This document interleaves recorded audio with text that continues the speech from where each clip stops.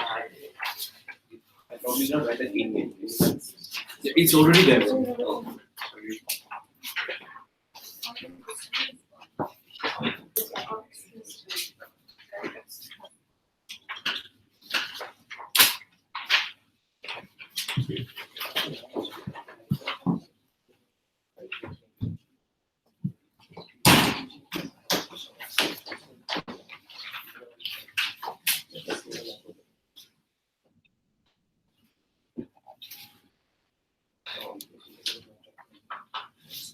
Right?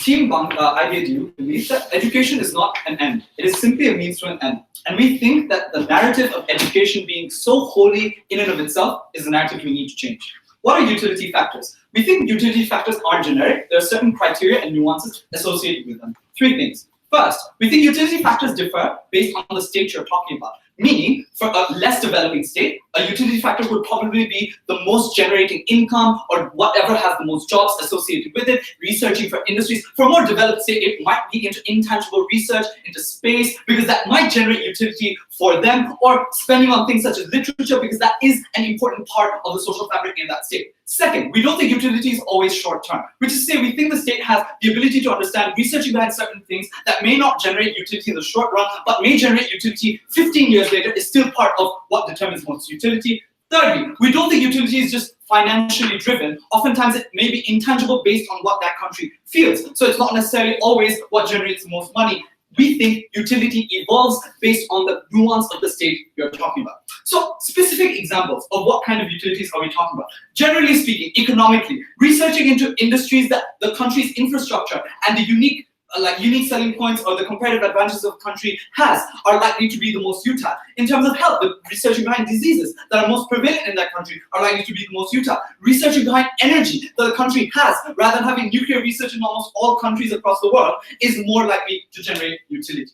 With that clarification done, why do we think there is a problem? Clarification. Understand, yeah, sure. Yeah, so can you walk us through the process in which how will this be done? Would you submit a tender to the local government and local government will decide, or will you just determine the areas in which people can study? Yeah, so obviously there's going to be some kind of board with specialists, with scientists. I'm not quite sure exactly how, but we obviously think this will be nuanced based on the current specifics. I'm not quite sure why a unified model needs to be applied in all states in this way. Okay, so first, why do we think this research is problematic in the first place? Developing countries, especially where we think most of this academic research happens, have a severe lack of funds for certain things because most of their funds are restricted. We're talking about countries like Sri Lanka, Cambodia. When they have a choice between, let's say, a textile research in the textile engineering, or say water resource engineering within their country, oftentimes, even if not equal, there's still a huge amount of funds being reallocated into the latter.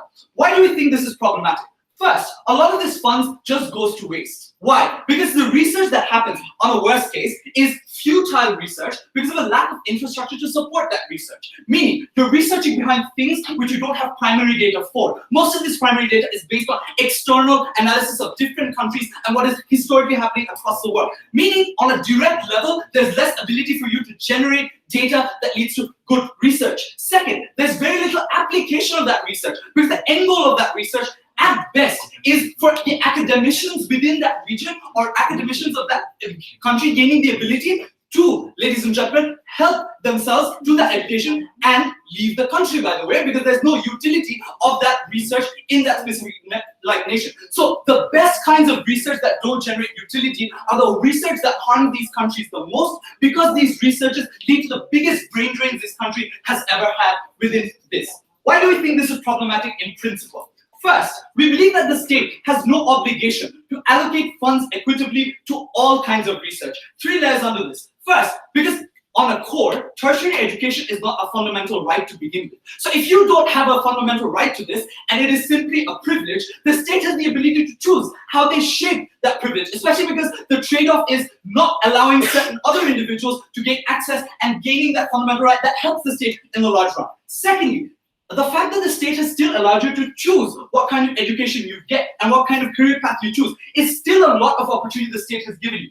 I'm not quite sure why all opportunities need research. For example, in Bangladesh, there's not much business research that needs to be done in terms of academically realizing what the BBA degree means. However, there's still a lot of people choosing that pathway because it generates like jobs in the current scenario. I'm not quite sure why the trade-off of not investing in economics that can change the shape of a manufacturing-based company or a country into a largely service sector-based country is a trade-off that's worth it, because it can revolutionize the economy versus focusing on a narrow version of research right now.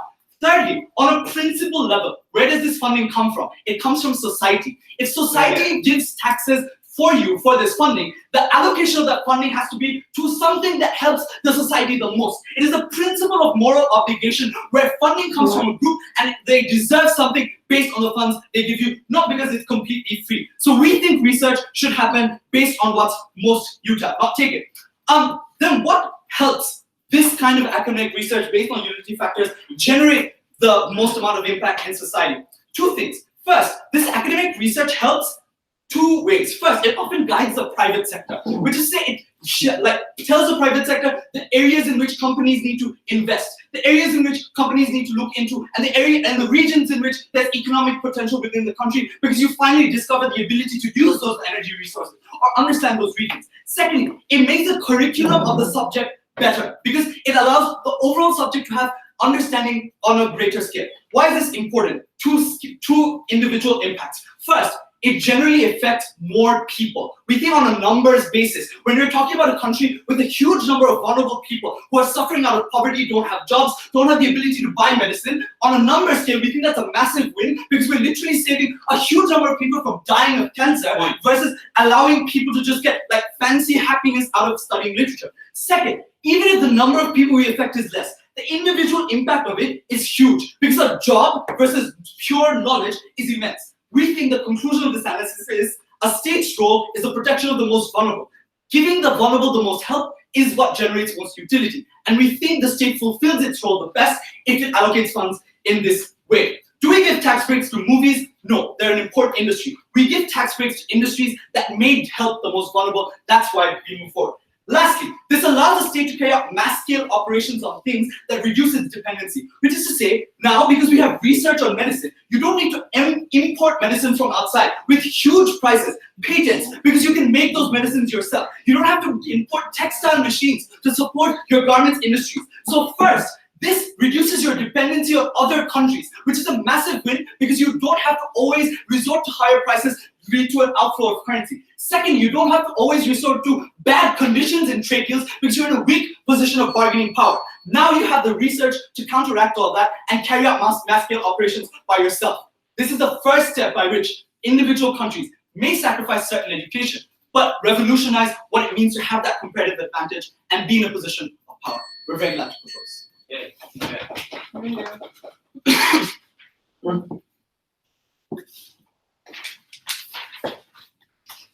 Great, thanks, Prime Minister. Leader Bob.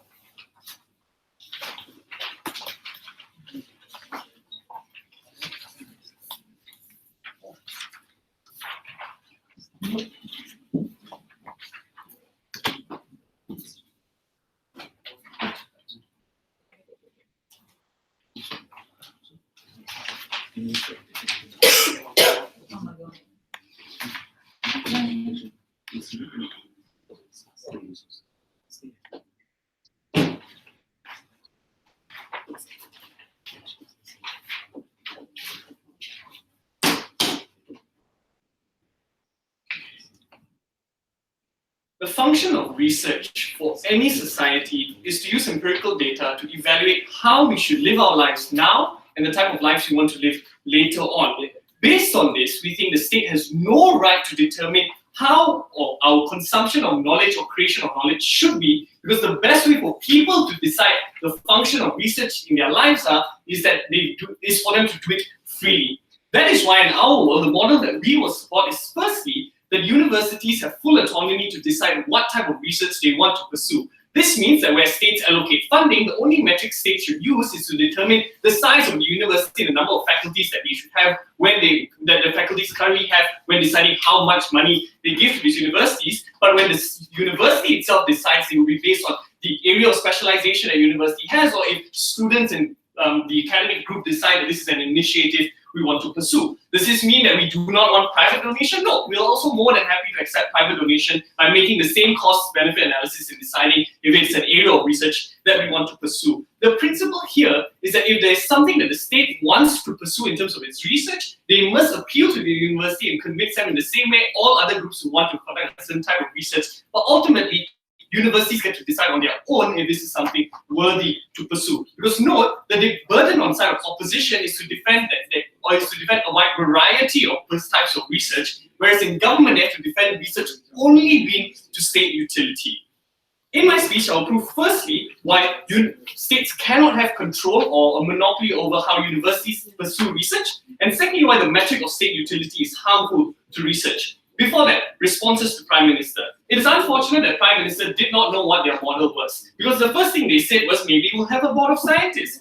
So how do you determine that these board of scientists will be able to cater to the largest number of utility, or at least the utility of the largest number of groups? Because if it's based on the state, that means that the state pandering towards majoritarian metrics of utility means you're unlikely to cater to minority groups in deciding that this is possibly utility that we want to allocate. But then this is also compounded by the fact that Sajid says that states don't need to equitably allocate money to these universities. So how then in the later part of your speech you say you want to help poorer individuals, and at the same time you say that individuals who pay tax need to be able to have the benefit of having this research. So if richer individuals pay a larger amount of money in terms of taxation, why wouldn't their interest be considered as the primary criteria or where utility is dictated? How do you extend that utility to all numbers of groups if the taxation is your benefit? But then they go on into this argument to say that maybe sometimes you are restricted in the areas of research you can pursue. We think ultimately, if that research is something that's very dire to the economy or the state of that country, I don't see any reason why the universities in our side are unlikely to pursue those forms of research, especially if it's a mainstream issue that needs to be discussed or researched upon. Because they need to say why in all circumstances, universities cannot pursue other alternative forms of research that people or university faculties themselves determine to be important. Because if your claim is that people leave the country and don't want to stay in the universities, they are more likely to do this if they know they don't have any choice in determining how their research is conducted on their side, because it's dictated from them from the very day it takes place. But finally, you say that if these universities or these countries already have restricted access to funding, then how in the world can you say you want to pursue research for medicine and have all the benefits transferred to people? Because private companies in your world are unlikely to even come to your countries because they know they have to fight against a monopoly that the state has over the types of research that is conducted. So how exactly do you balance out these competing interests? It's likely to only be very short-sighted to that specific government because they know they get to derive the immediate utility because it's their money that's going into this research. Into argumentation, I'll take up your eye. So you're okay with all of our benefits, assuming the university chooses it. So are you okay with it in place of a benevolent democracy where the state is in the full ability to choose what is good for the country?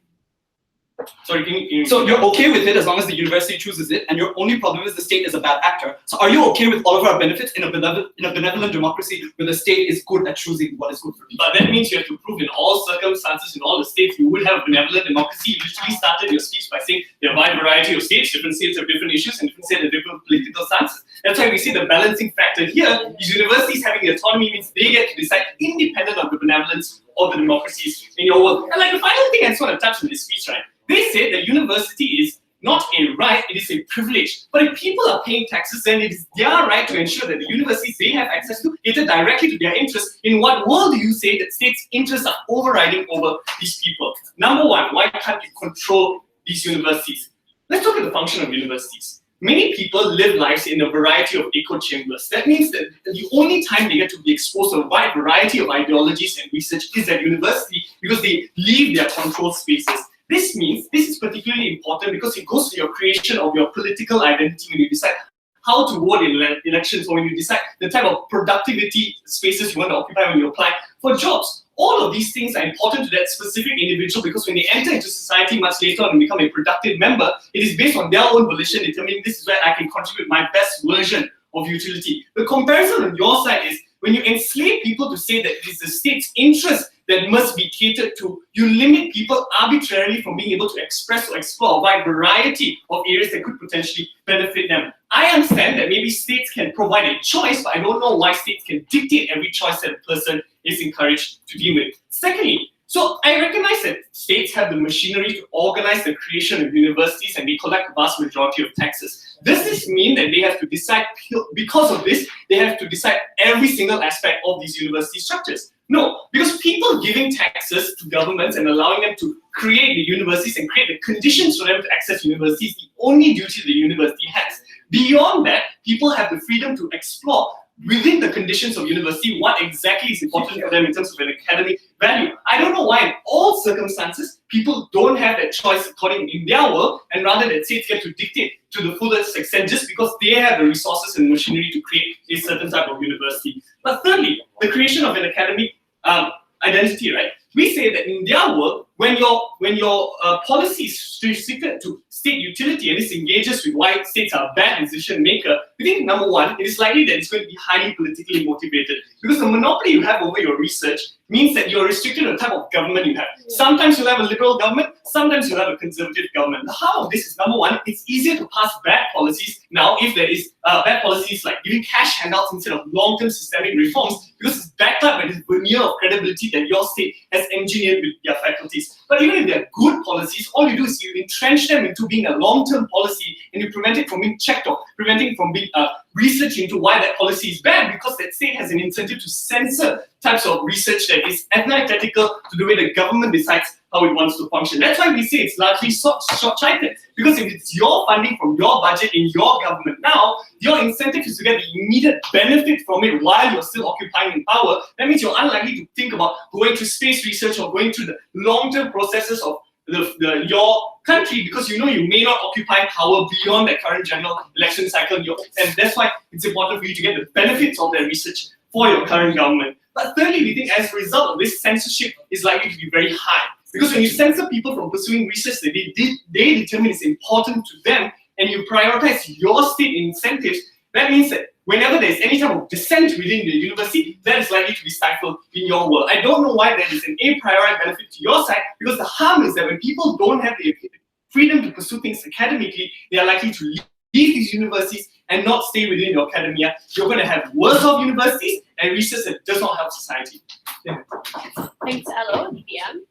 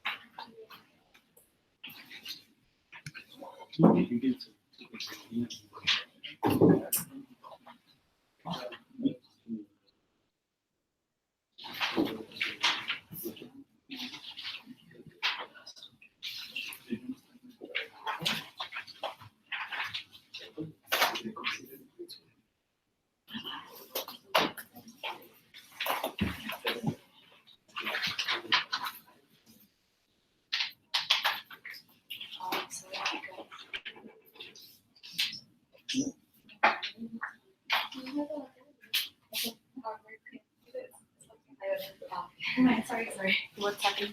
No, I thought the live stream was on.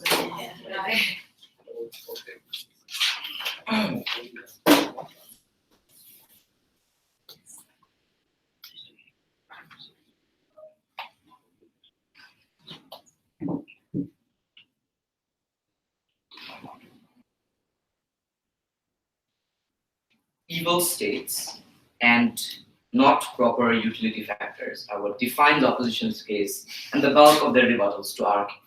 I'll be providing you three simple rebuttals in terms of why our method is ensuring that you have the best types of research. Secondly, why it is often going to be fair. Thirdly, why the state is not a pernicious actor. And I'll extend on why there are massive economic benefits and why the country becomes self-sufficient. Firstly, we think that oftentimes universities can be given autonomy. We agree, but this must be to the extent that it still generates sufficient utility, which means you can prioritize between the different types of research, be it technology, be it medicine, or other things that are utile within society. So we don't restrict their control altogether. We think this is often the case in other industries too, because because the state is a functional body that often nationalizes critical industries because of how crucial they are. Therefore, they have a sufficiently increased amount of control within these regions where there is high investment and high risk. We think that is fine for us in this case. No, thank you. Secondly, we think the alternative is quite problematic because university academicians and by VCs and other people may be internally bureaucratic. But to maintain a certain image or a historical narrative, they may want to prioritize things equally regardless of the necessity. Oftentimes, this is problematic because these people are not in touch with the ground reality because they're involved only within the university sphere for the vast majority of cases, along those discussion rooms and high-thought academic discussions, where the utile aspect of the world is less relevant oftentimes to them. We're not saying that they will never do this, but in a vast majority of cases or in a large number of instances, this may be a risk which we are not willing to take. And we think in contrast, the state generally has a greater interest on the life of people, which leads to my second rebuttal. What leads to utility? We think utility is not subjective like they can tell you. Utility is objective, which means the majority cannot decide that something is utile. Something which improves the income of people is utile. Something which improves the health of people is utile. We think cheaper medicine or better technology will not disproportionately benefit the majority because in the long run it trickle down to help the minority or create jobs, provide employment. In either case, we think utility is not subjective, it is objective, and we think we have proven that sufficient to show you why this is not going to be abused. But finally, is the state a bad actor? No, thank you. We think the state's purpose here is simple. Do you want to propagate your ideology by falsely or by manipulating the research in a way that may give you short-term sustainability as they'd like you to propose, by only promoting things that are favorable to you? Or do they want a direct and constructive improvement in the country, which will help them regardless of anything? An ideology is uncertain. A hospital is definite increase of lives. Better medicine is definite increase of life. No, thank you. It is in their interest to do this. But assuming their narrative is true, we think this often does not translate into opinions directly because despite research, your ability to portray opinions in public is dependent on students, academicians, and public. No, thank you. We think the ability to do that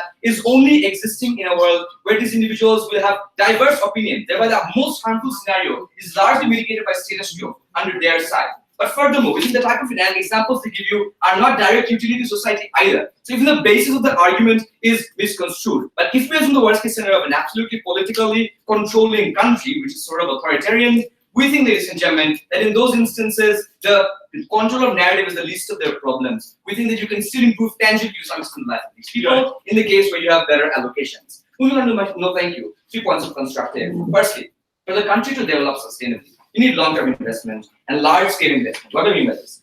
Often large investments like actually being able to generate proper medicine means you need to have things like larger, for instance, you need a particle accelerator if you want to enhance in physics. You need to have greater technology like developing AI, machine learning, etc. to provide tech, or greater research facilities to provide medicine, or green technology for things like cancer or protecting the environment. These require a sufficiently large amount of investment which cannot be compromised by many more small investments, which is the status quo. If there are 20 or 50 departments of research that you need to fund, which means if you want literature, language, geography, and a bunch of other subjects which have less utility in status quo, we think you're obligated to distribute those under their circumstance, which cuts away from this one-time large investment that you put into these sectors. The point at which we're allowed to do this, we can become more self-sufficient. How does this happen? We're often not, no thank you, dependent on other countries for things that are crucial. Because for instance, someone in Bangladesh having to import cancer medicines from outside needs to spend $200 a week, which is almost half of their family's salary in many instances. We think this makes their ability to save their lives almost impossible. And this is a permanent dependence, because oftentimes your government tries to provide favorable conditions like tax breaks to companies to let them move in. There are 2 impacts to this. Firstly, generally speaking, these individuals' lives are harmed. Secondly, the government often has less resource on external corporations because they are dependent on them. Therefore, you also have less tax money for general improvement in research and other facilities. And finally, we think this reduces the investment incentive to heavily invest into research facilities because it does not appear to have long-term benefit. On all these grounds, we tell you, not only certain lives of people, reduce the scope for research. And we tell you in conclusion that if you want to ensure some individuals can get better access to certain types of studying versus the ability to get jobs for more people, we're happy with that trade-off and we very much take that side. Yes. I think this government venture to stop giving general benefits of what a research does.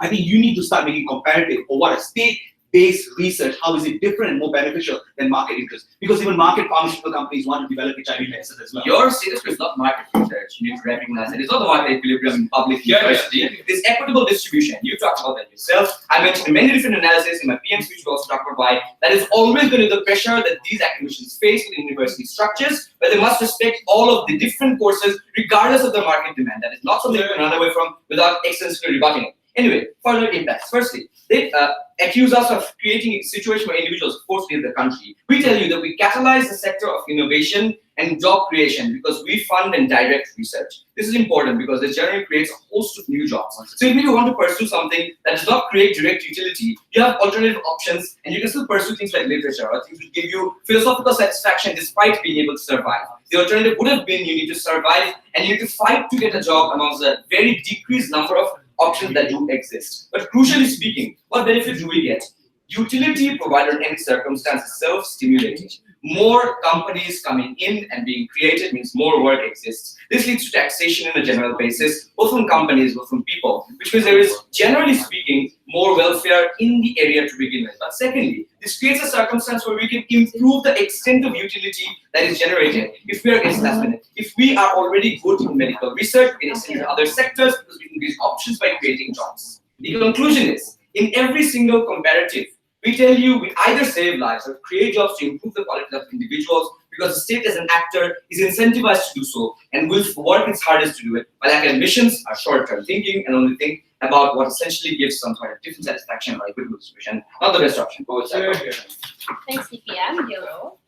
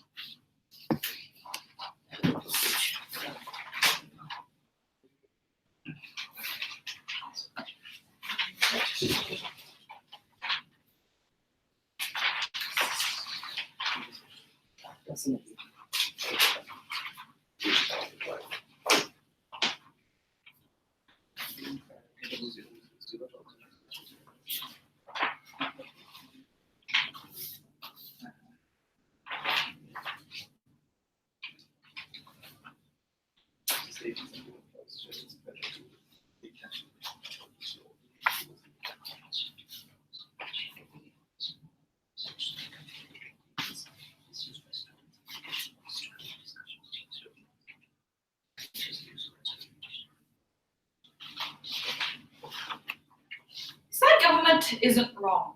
Possibly utility is objective. However, there are many types of utilities that different people with different problems find utility in different things and in different policies. What side government has to prove? Why is it that under their world, the state has to decide which utility to which demographic will be more prioritized over another person, as compared to under our world, where different state universities can cater to their own certain demographic or to issues that they are most specialized in? Why is it then why is it that under their world that utility, that's something they're willing to trade off? This is how I'm going to handle my speech, because they want to tell you that there are two types of government: governments that are really evil and shit, and also governments that are super benevolent. If we can tell you that the research that happens under both worlds would be terrible in a world outside of government's policy, then we win this debate clearly. Let's talk about the first issue. They wanted to say that all research that the state determines and funds will always be good because utility is always objective. I think to a certain extent this is not true, because there are various topics that the value of the utility is not yet determined. Things like carbon taxes and whether or not you should prioritize the economy over environmental stability. Things like the benefits of leisure drugs like marijuana, whether or not the benefit of getting the euphoria from it is worth the possible addiction that you may get from it. It's not addictive, I don't know, something like that. In which case, this is when they've told you that there would be a severe misallocation of resources because the government has the incentive to only funnel research into policies or manifestos that they support within their campaign. How will they do this? 3 ways. Firstly, I think certain states of certain state universities will get more money and more research money than others. For example, in America, the University of Texas of Illinois will get more money because they are red states, given that Trump is in power now. But secondly, the topic of research should be distributed unfairly. For example, if you are a government that is pro-capitalism or you have a huge national debt to pay back, they are more likely to allocate research funds into pro-capitalist universities like the University of Chicago over university that's possibly specialized over environmental sustainability, meaning that there would be more research improving why climate change does not exist as opposed to the benefits of environmental sustainability. But lastly, I think governments would be able to manipulate or dismiss valuable information that goes against them. Why? Know that under government's policy that you would have a body of specialists and scientists and expertise. Thus, it is very easy for this government body to certify certain research papers that go against their own manifesto or go against policies and say that they're insufficient or they're invalid because they can say that this government body who is filled with specialists said so that it was wrong. I think as a result of this, certain policies would have significantly more information to back up their policies and ideologies. And I think when the moment people vote in politicians or support a legislation, they do so without the full knowledge of the value of that policy or that course of action, because there's simply more information and more research proving why this government policy is better than the policy of an opposition party of a different political party. But secondly, they do not tell us why the research under our world is not beneficial or has no utility. I think firstly, professors and students benefit from an economically or socially or politically strong world. Thus, they have a natural incentive to funnel research or study things that they can also benefit from. But secondly, they don't tell us why companies aren't good actors to funnel information into public universities, right? Because given that they also want the economy to prosper, and they want to make sure they have more jobs available so they can have a higher labor force to choose from. I think these are all things where they have a natural incentive to make sure that the research that they give is economically beneficial. They don't tell us why these actors aren't good enough then. But the last thing to end on in a world in which governments are politically biased, I think even then, even if the utility is yes, and this is their worst case, the principle must still stand. This is where they came in and told you that the government cannot interfere with the course of action of an individual, given that they already get to choose which major they go to, what they want to study, and the subjects they take. An extension of that is also the research initiatives that they should be allowed to do. They have to explain to us why, given that we give them the rights of other forms of education, why specifically research is something that they must deviate from. The second world, take a seat, I'll take you later, like 6. The second world. Now they're also their best case. Even in a world where all governments are benevolent, there would still be a harm. Why do we say that? Firstly, I think what the state views as beneficial and what's practically good may not necessarily be beneficial to the citizens. What is a good example of this? I think research and the rise of academic study in topics like gender or sexuality or the historical oppression of African Americans and minorities in America came as a result of people recognizing that state universities would allow them to take on these research initiatives the moment that they enter university. These topics are incredibly important and have a lot of benefits, take a seat, because it affects a couple of things. It affects whether or not people will support your cause to fight for your own rights and your ability to recognize your own identity. It also affects the way you understand your identity and your self-recognition. If you realize there is scientific research defending your own sexuality or your sexual orientation. But lastly, it also affects how politicians, I think in a world in which you have research backing up this topic or this issue, politicians are more likely to see these topics as a viable political agenda to include in the campaign. Thus, you would probably have more political leverage when it comes to wanting to fight for your issues. What is the comparative under our side? But before that, go ahead. Your logic is democracy is good and should exist. People should elect what policies they want, but state choosing what to research to pass those policies is bad. So you'd rather have states in power who are less able to pass their policies. I have no idea what that is. Okay, look, research and information that's provided to the public affects the way people vote in policies. If the government affects the way, if the government manipulates the way the research is funneled to different things, means that people do not have the freedom to choose what is good and what is a valuable policy. Meaning democracy would be reduced, but also more likely than not, bad policies would be enacted.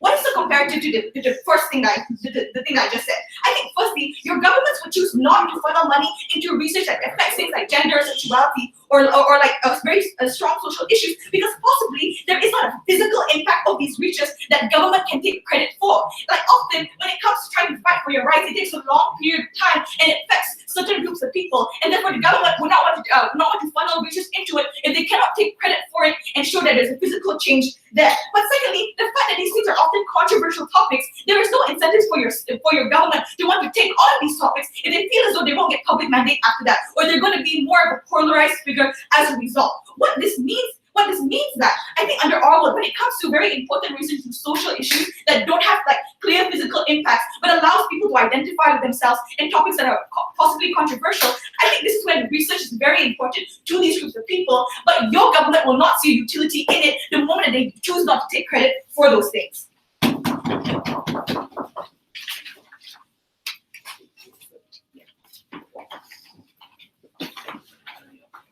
Thanks, Yellow. Robert.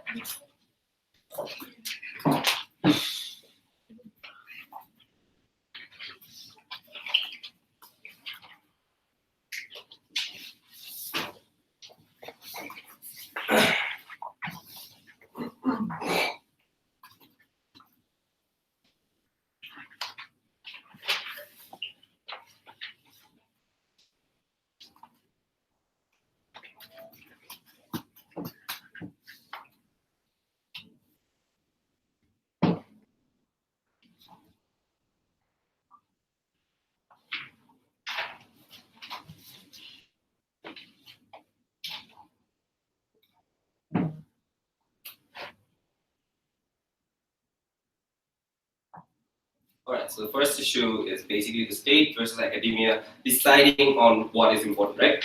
We need to recognize that this side is very naive in like understanding of how state machinery works in terms of allocating funds in universities, etc. Understanding the vast majority of instances, state has a macroeconomic view of things that academicians and academia does not. Which is to say that because the state has to look after a lot of things, monetary policy, fiscal policy, it has the central bank governor, it has the Ministry of Finance, it has a lot of bureaucrats who are highly qualified to select on the sort of policies that they pass and move through. In those instances, what you're essentially comparing in this particular instance is with a group of academicians who have remained under the academic forum and who have, in a lot of instances, gained power through internal structures. Which is to say that in a lot of instances, the way academia works is say you have 20 departments, and these 20 departments have 20 heads of departments, and all of them in vast majority of instances have the same amount of political capital within that very university. So the order of discussion that happens is not a rational one, but each of them smart individuals fighting for their own department and seeking out for their own funds, rather than thinking it from a macro perspective of what benefits society at large and what benefits the people at large. And the second level of analysis is the reason the state is backed up by this is because of a very simple democratic mandate that they have, which is to say that if you are to be re-elected, the best way to do so in vast majority of instances is to show tangible benefits on ground. Which is to say that if you look at countries like Cambodia, Vietnam, or Sri Lanka that have a competitive edge in terms of the textile industry and that provides the vast majority of the people with jobs, you probably want to enhance that industry as much as possible to create more jobs, because you want to get re-elected, you want to show tangible impacts of things in the grounds. So in those instances, they do it. And that's why the state has a macro perspective that the academia is for sure due to structural reasons lacking, not because academicians are in a lot of instances incapable. Which is that we think a lot of academicians are very capable, but their voices, they're diluted within their academic sphere because they have to fight against everyone who is defending their own point of view, and that never translates into a rational discussion.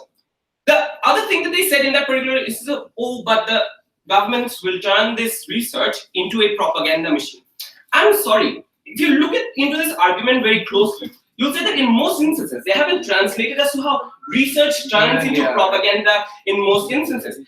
If I check the last slide, if I check correctly, then in the ways of generating propaganda, research is probably the 1000th thing that would come to your mind. It's just efficient to do it. If you want to create a propaganda machine, you can just channel your funds towards media corporations that create that propaganda. Give them priority. For example, even the Trump administration does this, by ignoring CNN and giving Fox priority. But these are things that do not happen to academia, and there's a reason they do not happen to academia, right? Despite how the academia is structured in terms of that, academia consists of a lot of smart people that you need to empower. Which is that if you in the political studies department fund a lot of money to empower your point of view, you will see that these sort of political studies departments usually have a liberal bias because of the academic nature of things. So even if you funnel money towards those departments, it's unlikely that the state can just get whatever they want. They don't pick and choose people literally to put as their puppets to translate things into propaganda. We think that's very unlikely, unreasonable to happen. This just sounds like a very conspiracy theory argument to me, if you ask me. And then their very liberal argument of how gender studies in and of itself is effective. What we mean to say in a lot of instances is that a lot of states have shown the intent to empower people, which is say that if you look at like referendums in Australia or in Germany with regards to gay marriage, there were state individuals who were campaigning in favor of a yes vote, where you want that liberal policies getting passed. Which is to say, then in a lot of instances, the states are already on board with these policies and they would want this because they think there's a utility in terms of social cohesion. Conflict in and of itself creates a problem for states to exist. So states in most instances become more liberal than the population does. That's why you had Jim Crow laws way before America became less racist, right? Because the states usually have an incentive of social cohesion. But more importantly, best case scenario, this does not happen. We tell you, in a lot of countries where you do not have people having economic rights, where you do not have people not getting food and jobs, these instances of discussions mean really low to them, which is that if you can give them economic empowerment, they're more likely to be liberalized, because if you have economic empowerment, they're more likely to be sympathetic and empathetic towards other causes. When you don't have economic empowerment, you're more likely to be conservative and more likely to not pay heed to other things. And we think that's particularly important in those instances. The conclusion of all of this is this. Even if they have some benefit, is incredibly marginal in terms of narratives and propaganda or whatever they want to do. We give you the state having an active incentive to have a macro view, active incentive to shape the country for the benefit of the people. Go. When state creates tertiary university or tertiary education, why the fact that people getting more education is not a benefit? Why must they also get the benefit of the research themselves? Because research is extremely crucial in terms of directing the funds in a way that it benefits the economy, right? We think that there is a benefit out of tertiary education, so we give like graduate degrees to everyone. We don't discriminate in terms of graduate degrees. We just discriminate in terms of research, because research can translate to economic and other benefits, health benefits that we already described, I think was not noted properly. But in terms of the actual principle of this debate, what they wanted to tell you is this. People need to be empowered in the ground, and that's how they should have a claim over universities and how the funds are structured. What we gave you is structural reasons as to why these funds have a macro society impact. We said that they do not concern only the students and the professors who are reading in those universities, but how those students and professors also contribute to the society. So the more you contribute to the society is the more funding you get. That is the principle which we stand for, because the society is funding it to begin with. But then they tell you, but in that particular instance, you probably do not have people being empowered. The problem in this particular instance is that choice was not a fundamental right to begin with, and something that my first speaker said they did not refute at all. So the principle clash fundamentally goes to us. And then there's a small bit of analysis on market incentives and how that impacts things. Let's understand this. I do not think companies are able to influence public universities through going through the channels of academia and do the most economically efficient thing. The most economically efficient thing happens to the state, which has an active incentive to do economically efficient things that benefits companies rather, which then generates jobs and creates an equitable economy throughout the country. Which is that these market incentives are the ones that state is likely to push, not private companies through academia. I'm not clear as to what mechanism that they're talking about. We have already laid out a clear mechanism for our first to second speaker as to how this translates to job, to more taxes, more welfare within the circulation. We tell you that academia has an impact, but if you channel it into directions that is futile, it can be problematic. Rather channel it through tangible benefits of people that only the state is able to do and no one else. Extremely proud to do this.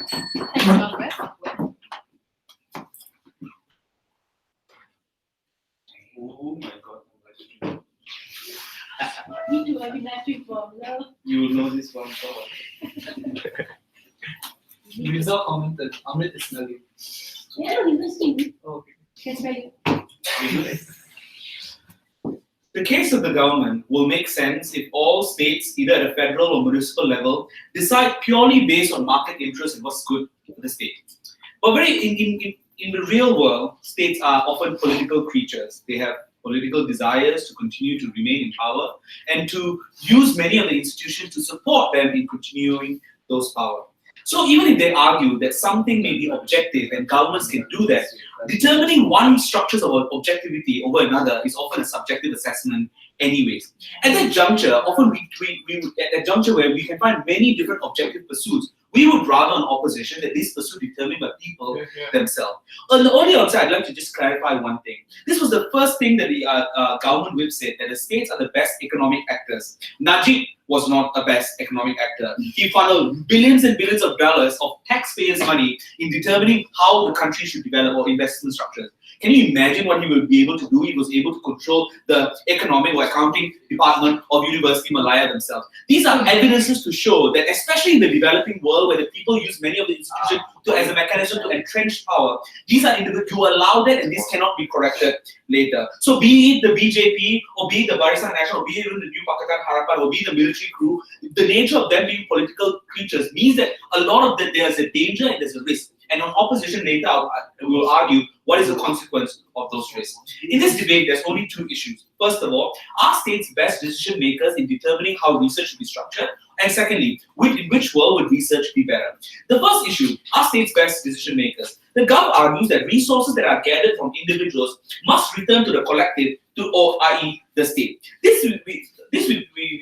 We argue a few things in response to this. The first thing we argue is that this contradicts the fundamental right for individuals to pursue things that are valuable to them. They've argued that a lot of individuals form academic identity or use academic influence identity. This was either further explained by Kat by showing that many of these individuals choose to research or choose to use their postgraduate opportunity to looking into things that are more valuable to them. But the thing that they said was, look, this can be meaningless. But even if it's meaningless, panel, it allows individuals to pursue something that is valuable to them. It makes them happy, and therefore it means that it represents a core interest that the state must also do. But the second thing we also argue is that if the government was able to absolutely decide, this means that it can conveniently censor out areas that contradicts the government. Which means that even if there's a board of scientists or board of technocrats in determining the grant of which it will be done, I'm pretty sure they will pick pro-government policy scientists or pro-government technocrats in those bodies, which means that even in those in the structure, and that's why the mechanism was exceptionally important, because the mechanism would allow how opposition would engage.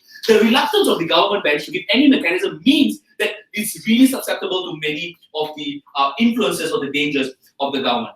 But what is the consequences of this of the government censorship? The government censorship means that it is able to exclude out possible criticism of government policies. The consequence of Katrina's argument goes on to show that academic institutions are often it's like the new fourth state or maybe the fifth state, which is able to hold the government policies accountable. That means that it allows people to criticize what the government needs to do and what the government should not do. The ability for state governments to exclude or censor out this material and just choose areas in which it's important means that this criticism would not exist, and these are fundamental for any type of change. If you argue that people have a principal right to access education, you should also defend a right to people to correct those systems and correct any other structures, and those things are equally valuable, and you limit that. What are the conclusion of this? At the worst, even at the meaningless things, you allow people to pursue things that are valuable to them, which means that these are interests that the state must also respond themselves. But more critically, if we accept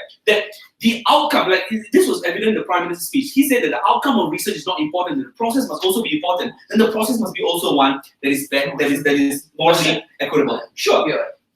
Can you please for the first time clarify why the academic structure would include all of those benefits and to what mechanism you do? Because academic structure often starts from student initiative. If you're a postgraduate student who wants to start a research, it's based on what are the areas of specialties that you have and what you like to focus, and based on that you will submit a tender or a submission to your professor, and if your professor feels that you're able to do that, your professor can do that. So if it's initiated on the ground, it is more representative than what from a top-down censoring approach. This is what I'm trying to argue. But Katrina argues two things that is very important. Katrina argues that academic institutions are important because they allow government to not use this as a mechanism of propaganda.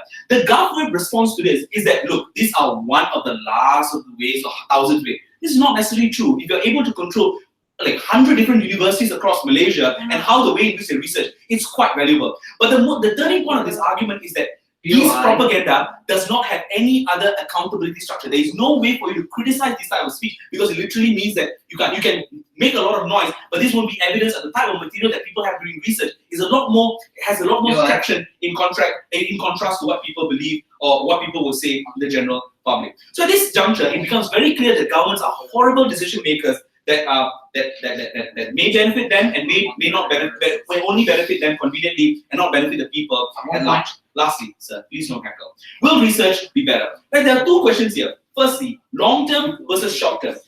Like, why would I'm uncertain as to why a government who are susceptible to election cycle would pursue long-term research, which means that even if you pursue the long-term research, the incumbent government, the change of government will come and change it back, which means that all the benefits that you have will die out. But if it's independently done, that means the individuals will be able to control because they are the people who wants this to happen. But if it's long-term and it's bad, it compromises resources that could have gone to other areas that at least could have made people happy or could have made people better. But these are risks that should not be taken lightly. Because according to the context of the Prime Minister, due to the scarcity of resources, the government must equitably decide how resources must be distributed fairly. If the government is willing to take dangerous risks and unsubstantiated dangerous risks that is not representative of people on the ground, this is just horrible and cannot prove that research as better. So long-term wise, I don't think it will happen. Even short-term cycles, it's more convenient to the government. Do people have a natural incentive to do things that are beneficial to society? I said this in a POI. Because if you're able to have an answer to the HIV or initial stages of the preliminary stages, you get severe academic recognition. People already have the incentive to do that. If you're a textile country, there's already a natural incentive for you to do this, given that literally means a corporation will use your research and you'll get more and more credit as a result of that. The last thing I think Katrina says that is very important is that will you have more money? Note, panel, that in the opposition world, there is an opportunity for private donation to enter and cooperate with local students and in order to improve their research. In their world, even if it's possible for you to have more money, they weed it out because of this model. This model is unfair, this model is not good, and this model allows a dangerous risk of playing with scarce resource that needs to represent people's interests, and it does not. Thank you. Where was the slide?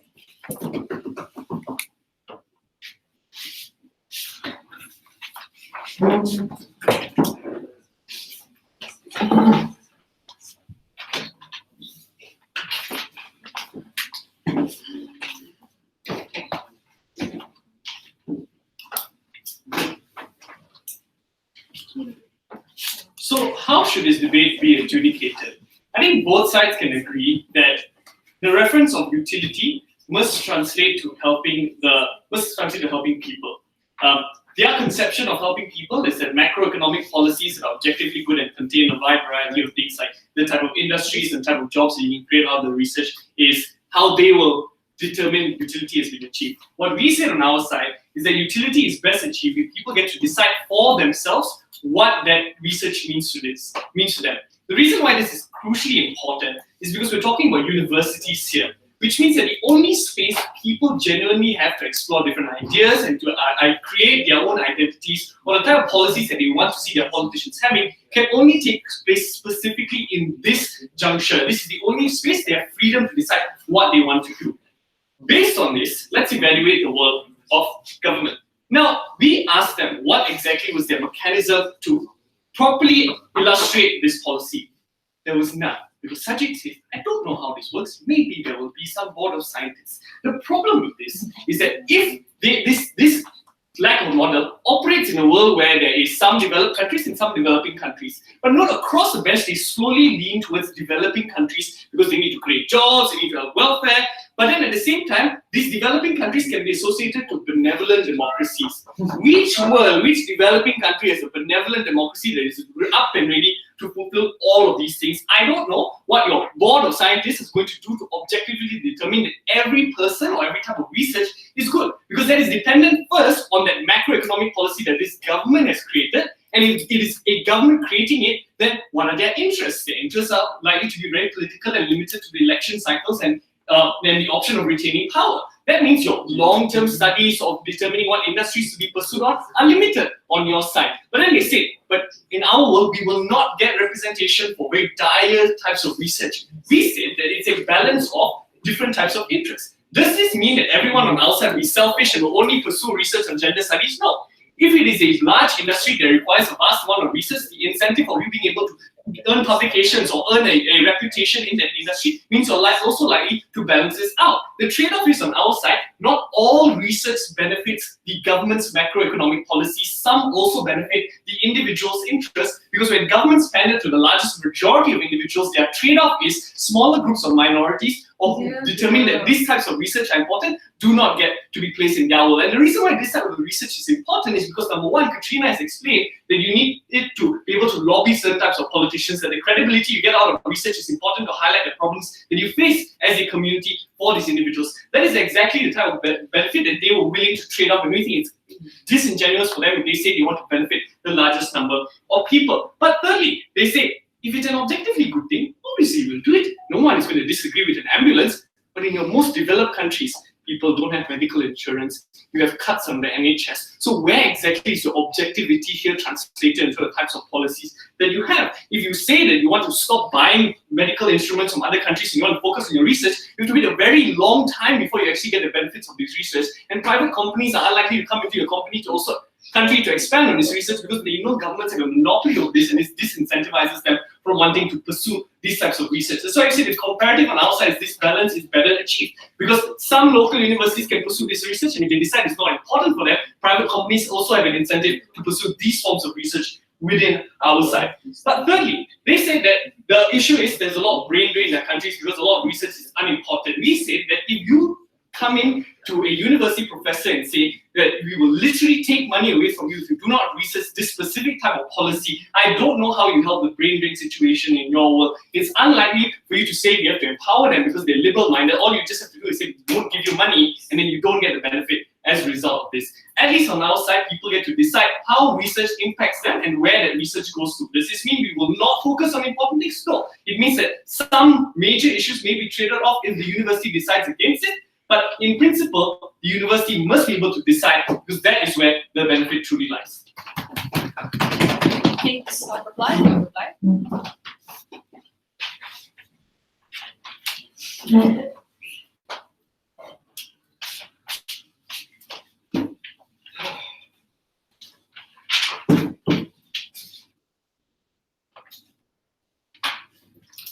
Don't let them get away with strawmanning our case. First, we clarified the status quo as not being one with a natural incentive to allocate based on circumstances of market. Firstly, because we characterize the ways in which these universities work, where individuals have equal amounts of political capital, that are heads of departments that end up getting the same funds because they have their own university careers and research and prestige to look after.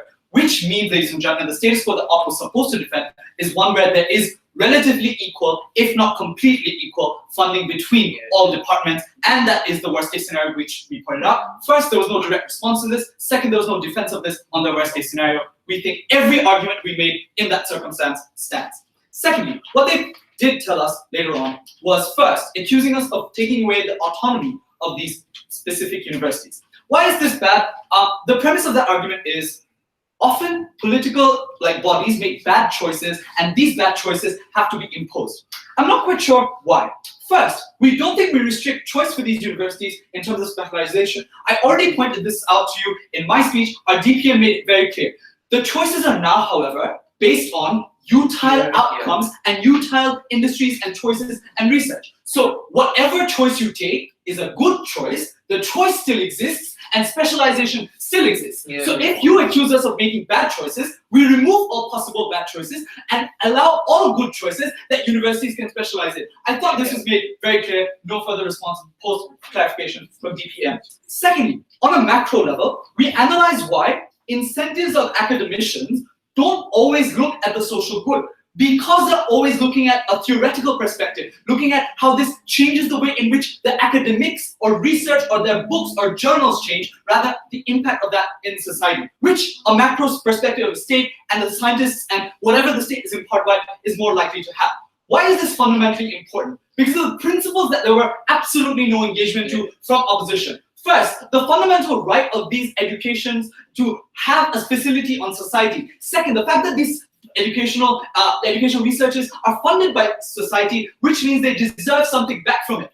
We think the best case scenario we got from them is from the opposite. individual happiness. But I'm not quite sure why A, that was weighed up against the tangible benefit we created and why that's more important, and B, why that is a fundamental right, because we clearly told you, even in my PM speech, that access to tertiary education isn't. Moreover, research in it definitely isn't. Okay, the last thing. State is bad, often has perverse incentives. They base most of their case on this. We responded to this in our last two speeches in like multiple layers. First, often even the worst kinds of states have an incentive to keep their voter base happy through tangible benefits that they give to them. By the way, these tangible benefits are going to be long-term because they want to stay in power for the long term, which means all of that incentive exists. The analysis they provided in terms of like governments changing, etc., fundamentally futile. Second, I'm not quite sure as to the extent to which propaganda can be generated from academic discussions, because the control, ladies and gentlemen, exists over a few academicians, not over the entire country. We clearly pointed that to you, no responses. Third, we give you further examples of the state being more liberal, taking control of natural social change over these people. No analysis and no responses to that. We very clearly win that. But lastly, the premise behind all of that is states are often bad. The principle behind this is people should not elect states. I'm not quite sure why that in and of itself is a good thing, because they don't clearly clarify as to what they will allow the state to do. If the state has pernicious incentives, why do you allow the state to make decisions? Why do you allow the state to do anything at all in society? We clearly give them control over education, and definitely, if those incentives exist, make education better for society at large. If opposition's case is we don't like democracies, they're not winning this debate. Thanks everyone for